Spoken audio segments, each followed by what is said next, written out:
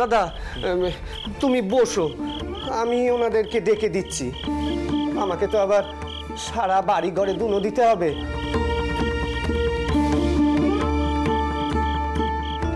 তুমি বসো, আমি ওদিক পানেই যাব, ওনাদেরকে আমি ডেকে দিচ্ছি। বসো বসো, তুমি বসো।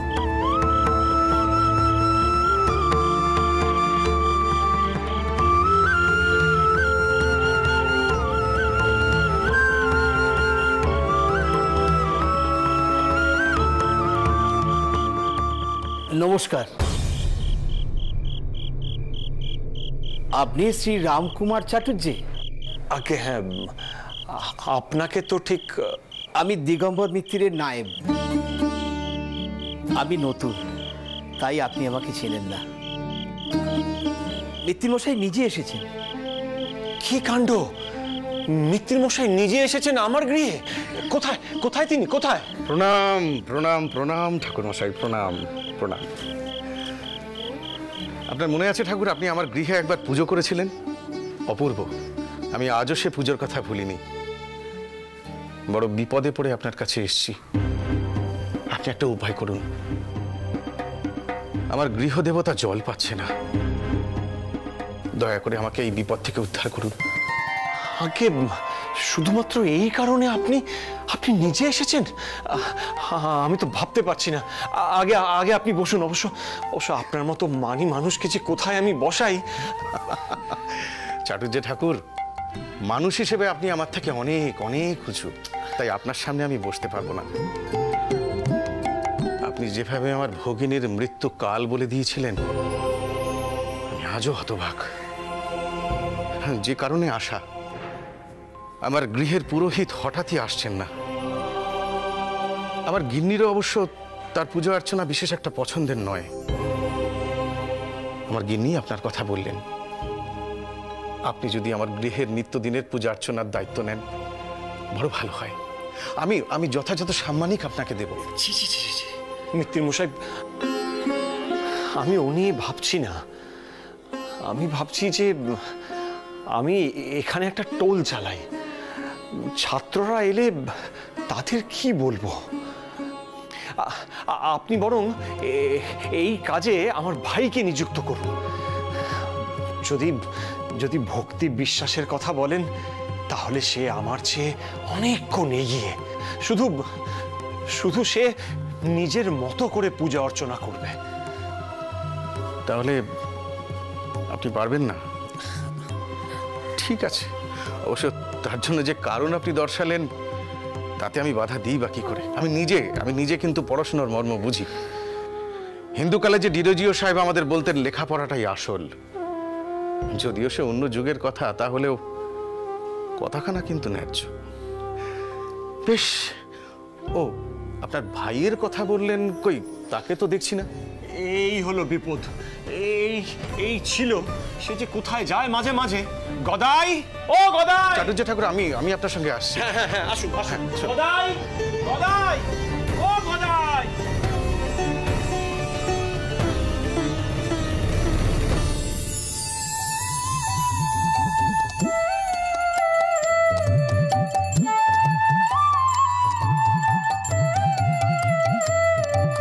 ডুব ডুব ডুব রূপ সাগরে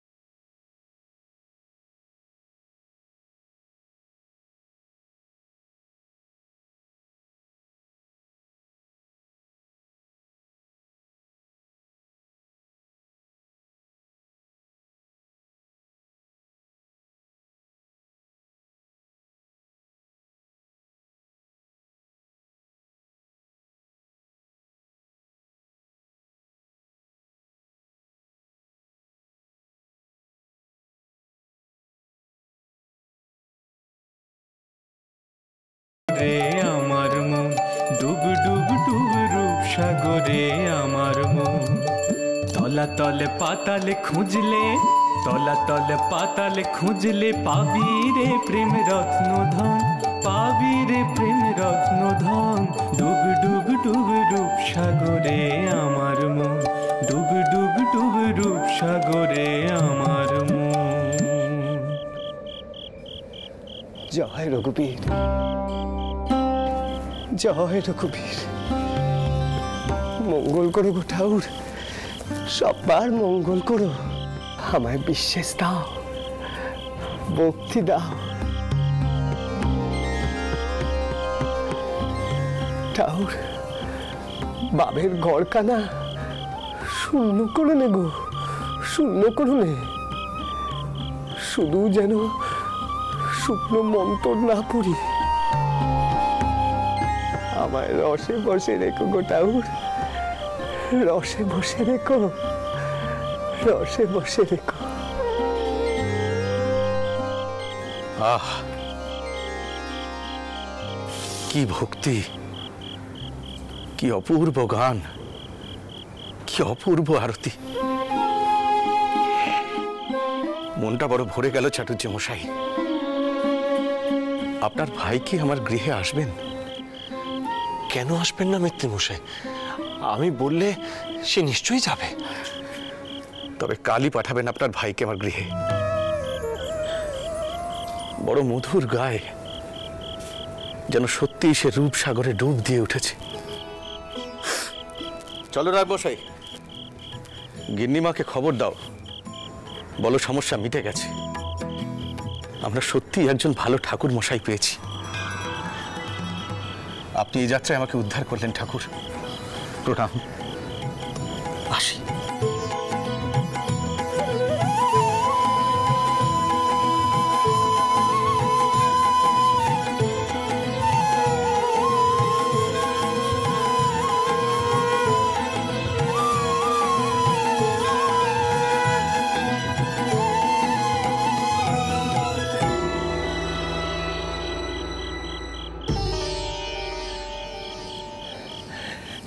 দাদা, তুমি এখানে? কোথায়? হ্যাঁ, তুই এমন সুন্দর আরতি করা কোত্থেকে শিখলি রে? আমার তো মন ভরে গেল তোর আরতি করা দেখে। তুই তুই বলছিলি না শুকনো মন্তর পড়ে কি হবে? পুজো তো হয় ভক্তি দিয়ে। হ্যাঁ, পুজো তো হয় ভক্তি দিয়ে। আচ্ছা আচ্ছা, শোন শোন কথায়, কাল থেকে তোকে এক বড় জমিদার বাড়ির নিত্য পুজো করতে হবে। তাতে তাতে তোর দাদারও একটু সাহায্যই হবে, আর আর তোরও পুজো করা হবে। কিরে কিরে কথায়, পারবি না? বল, পারবি না? পুজো করতে হবে? সে পারবো না কেন গো দাদা, কেন পারবো না? বেশ পারবো, খুব পারবো। পুজো করতেই আমি তো ভালোবাসি গো দাদা। সারাটা দিনক্ষণ যদি এই নিয়ে ডুবে থাকতে পারতাম তাহলে কত ভালো হতো। বাবের ঘোরখানা যেন কখনো না ভাঙে, কখনো না ভাঙে, না ভাঙে।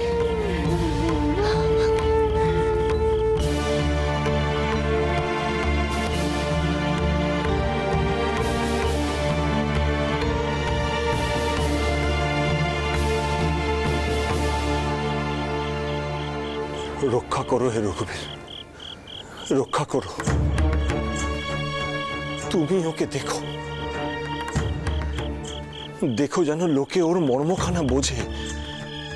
জানি না মিত্তির বাড়ির লোকজন ওকে বুঝবে কিনা। ঠাকুর, তুমি তো জানো গদাই পুজোর নিয়ম প্রথা মেনে পুজো করে না, ও পুজো করে ভক্তি দিয়ে। দেখো ঠাকুর, সকলে যেন ওর ওর ভক্তিটাই দেখে, আচার বিচার এসব না দেখে। সত্যি তো, পুঁথি পড়ে কতটুকুই বা শেখা যায় জীবনের। সত্যি তো, সত্যি তো।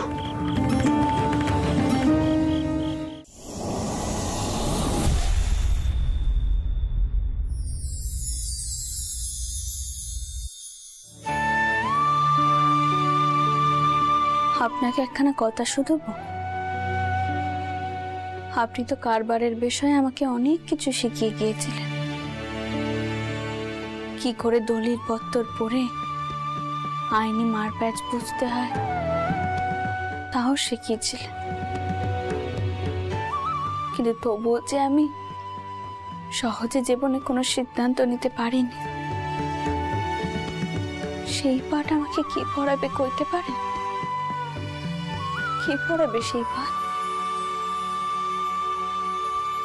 মা মা মা আজ সকালে কি বাড়িতে কোনো ঘটনা ঘটেছে? কোনোভাবে কি তোমার বড় জামাইকে কেউ কিছু করেছে মা? হঠাৎ এই কথা কেন হচ্ছে পদ্ম? কি হয়েছে? কি আর তোমার এমন দশা হয়েছে কেন? এইদিকে আসো দেখি। মা জানো তো, আমার কিন্তু মনে হচ্ছে আজ সকালে কেউ কোনোভাবে ওনাকে অপমান করেছে। আজকে সকাল থেকে ওনাকে কিরকম অস্থির অস্থির দেখাচ্ছিল। একটু একা থাকতে চাইছি তোমাদের কাছ থেকে, সেটুকু তোমরা আমাকে দিতে পারো না? মা জানো তো, আমি খুব ভয় পেয়ে গেছিলাম, তাই আমি কইলুম ওনাকে আমি কি ডাক্তার বদ্যি ডাকবো। সেই জন্য আমি মহিনকেও ডেকে পাঠিয়েছিলাম। তোমার বিশ্বাস নেই, তুমি মহিনকে জিজ্ঞেস করো। কিন্তু জানো তো মা, ওই শান্ত মানুষটা কিরকম ভাবে আমাদের জাঁচিয়ে পড়ার ঘরে গিয়ে দৌড় বন্ধ করে দিয়েছিল।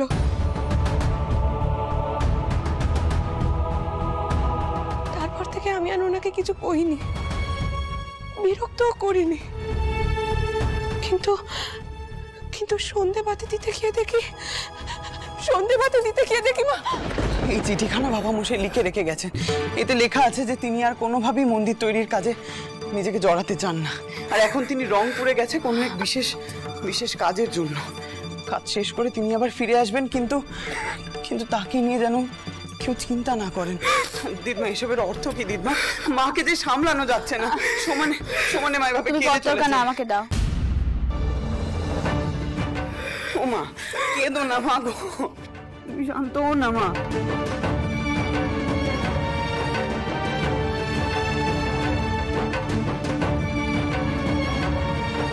ও মা গো, কেঁদো না মা, বাবা মশাই ঠিক ফিরে আসবেন, দেখো তুমি কেঁদো না।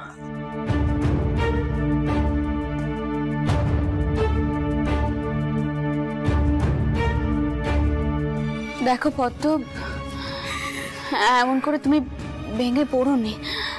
হয়তো এই পাহাড় আর ঘাট বাঁধানোর কাজ করতে গিয়ে বড় জামাইয়ের কোনো অসুবিধা হচ্ছিল, তাই সেই দায়িত্ব নিতে চাইছেন। তা তো হতেই পারে, বলো। সবকিছু আমার জন্য হয়েছে, সব দোষ আমার। আমি কিছু সামলাতে পারিনি। ছি ছি ছি ছি ছি। আচ্ছা মা, আমাকে তুমি একটা কষ্ট করে কথা কইবে। আজ সকালে কি এ বাড়িতে এমন কোনো ঘটনা ঘটেছে যা আমি জানি না? কোনোভাবে কি কেউ নাকি কিছু কয়েছে মা? পদ্ম, এখন এসব কথা থাক নে মা, তুমি এত ভেঙে পড়ো নে মা। আমি রংপুরের নোক পাঠাচ্ছি, তার আগে খোঁজ খবর করো বড় জামাই কোথায় আছে। তুমি এত চিন্তা করো নে।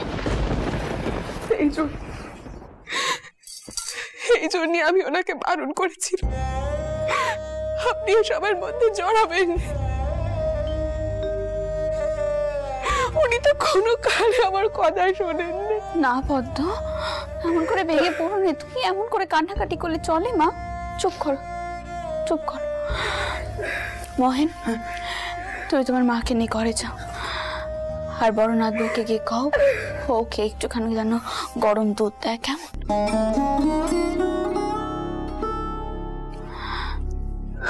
পদ্ম মা, জীবনে অনেক কিছু ঘটে যার ব্যাখ্যা আমরা সবসময় পাইনি, জানো তো।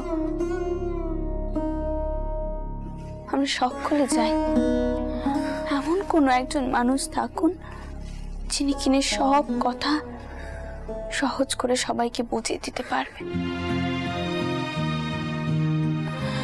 কিন্তু এমন মানুষ কোথায় বলো তো? এত ভেঙে পড়ো নে মা, চুপ কর, নিজের ঘরে যাও, আমি দেখছি কি করা যায়। ঘরে যাও মা, ওঠো মা, আস্তে আস্তে।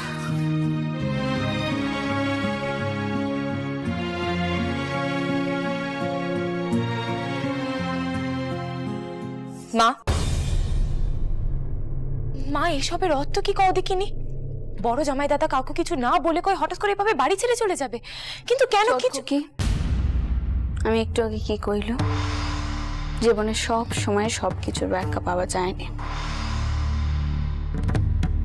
আর তুমিও এখন এখানে দেখো নে, তুমি গোপালের কাছে যাও, দেখো সে কেমন আছে। ওর তাড়াতাড়ি সুস্থ হয়ে ওঠাটা প্রয়োজন। আচ্ছা, মতুর কি কোনো পত্র পাঠিয়েছে? হ্যাঁ মা, আমি সে কথা কইতেই তোমার কাছে এসেছিলাম। তিনি লিখেছেন যে তিনি খুব শিগগিরই ফিরে আসবেন।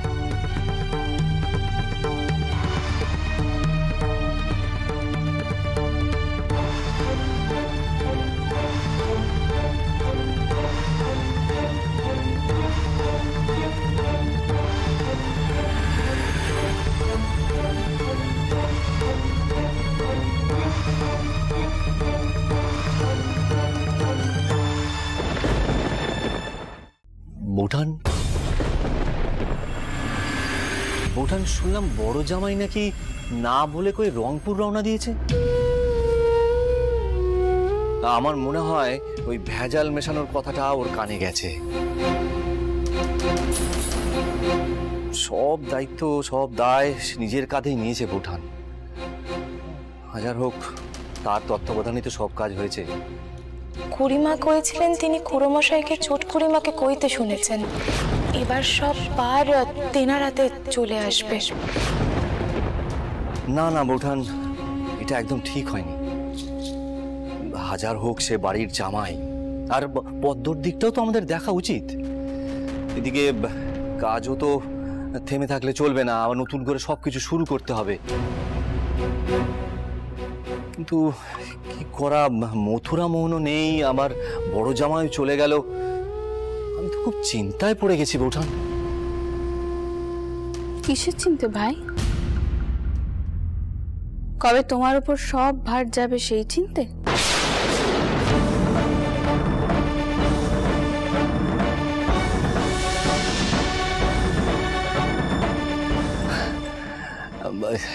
বৌঠান, বৌঠান আমি জানতুম ঠিক এমনটাই হবে। সরজু আমার কথার ভুল ব্যাখ্যা করবে। সেদিন আমি ছোট বউকে বলছিলাম যে পরিস্থিতি এখন অনুকূল হচ্ছে, ব্রাহ্মণ সমাজও এখন চুপচাপই আছে। আর এটাও বলছিলাম যে সব ভার আমার হাতে এসেই পড়বে। তখন ভূপালকে সবে পাওয়া গেছে, সবাই ওকে নিয়েই ছোটাছুটি করছে। ভার আর কার হাতে এসে পড়বে বলুন তো? আমি জানি বৌঠান, আমার পুরনো কাজের জন্য আপনি আমাকে এখনো ক্ষমা করতে পারেননি। তাই আপনি আমাকে নিজের ভাবেন না।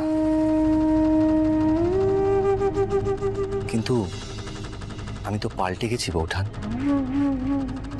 আমি আপনার ভালো মন্দ চিন্তা করি, এটা করতে আমি নিজেকে আটকে রাখতে পারি না বৌঠান। আপনি আপনাকে সাহায্য করার সুযোগ একটু দিন বৌঠান, অন্তত এই দুঃসময়। বৌঠান, আমার বিবেক দর্শন কম করুন বৌঠান। কিন্তু ভাই, আমি যে এই মাত্র স্থির করে ফেললো আমি সব কাজ নিজেই করব, কিন্তু তুমি যে আমাকে সাহায্যের কথা কইলে এতেই হবে ভাই। আমাকে আগে একটু বুঝতে দাও কি করে এইসব কাজ করতে হয়। মেয়ে মানুষ হয়েও তো অনেক কাজকর্মই করছি তোমার দাদার নির্দেশে। আশা করছি এই কাজও করতে পারবো। খুব একটা অসুবিধা হয়তো হবে না।